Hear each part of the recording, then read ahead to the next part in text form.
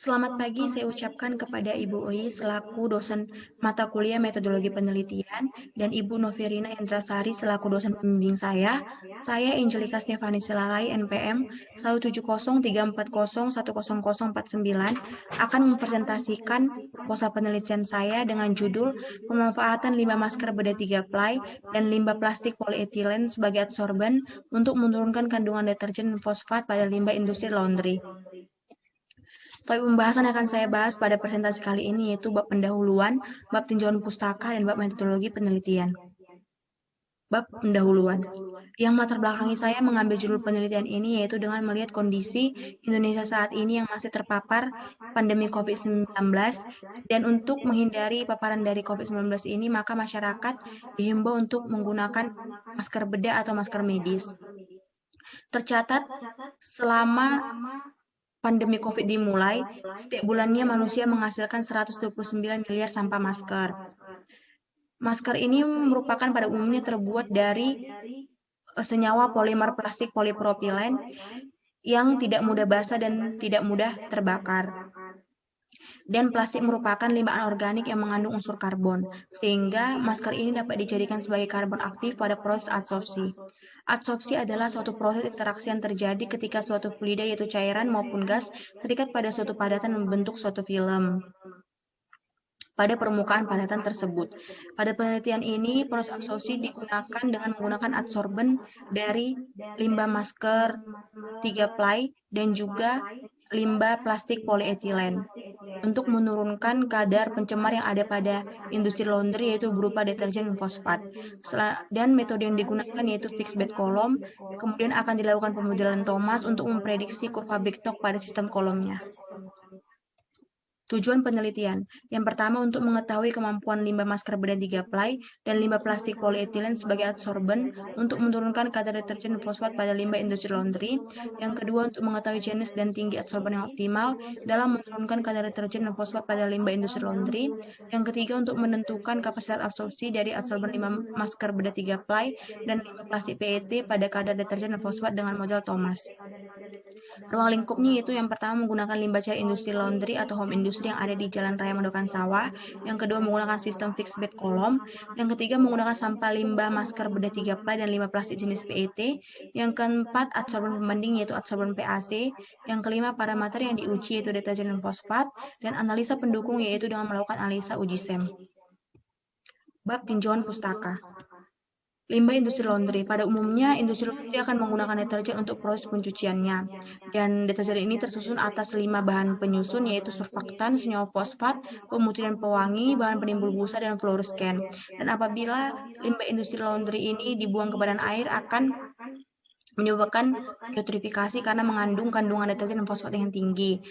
Fosfat yang ada pada limbah industri laundry ini berasal dari deterjen yang digunakan sebagai bahan untuk mencegah kembalinya noda-noda pada pakaian. Kemudian ada masker bedah 3 ply. Masker bedah 3 ply ini terbuat dari senyawa polimer plastik polipropilen dan plastik merupakan limbah anorganik yang mengandung unsur karbon.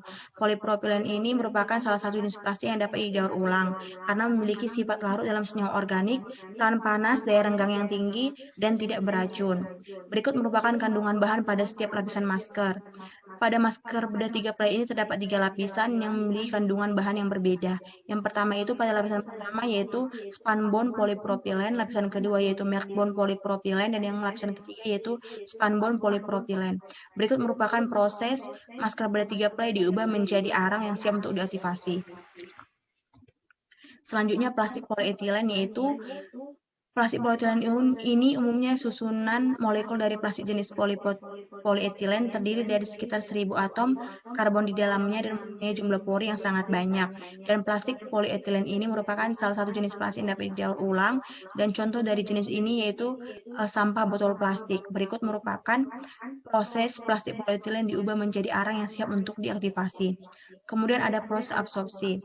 Proses absorpsi merupakan proses di mana suatu adsorban akan menjerap suatu adsorbat yang merupakan substansi yang terserap yang akan menempel pada permukaannya.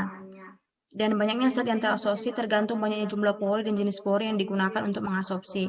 Faktor-faktor yang mempengaruhi daya absorpsi yaitu ada 5. Yang pertama sifat adsorbennya. Sifat adsorben ini berkaitan dengan jumlah pori dan luas permukaan adsorben. Semakin kecilnya jumlah pori adsorben, maka luas permukaannya akan semakin besar dan daya absorpsinya juga akan semakin besar. Yang kedua, temperaturnya yaitu kenaikan suhu akan mengakibatkan rusaknya adsorben.